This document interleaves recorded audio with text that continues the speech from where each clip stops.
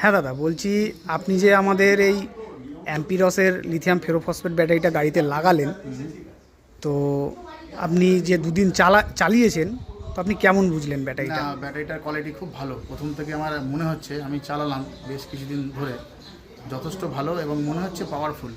এখন দেখা যাক, চালালে আরও বেশ ভালো করে বোঝা যাবে। আপনি যে সার্ভিসটা পেলেন, যে আমাদের কোম্পানি যেখানে, সেখান থেকে এতটা দূরে, তো সার্ভিসটা পেয়ে আপনি কি স্যাটিসফাইড? না, একদম একদম একদম বাড়িতে এসে একদম হোম ডেলিভারির মতো কাজ করে দিয়েছে। খুব সুন্দর কাজ, আমার পছন্দ হয়েছে।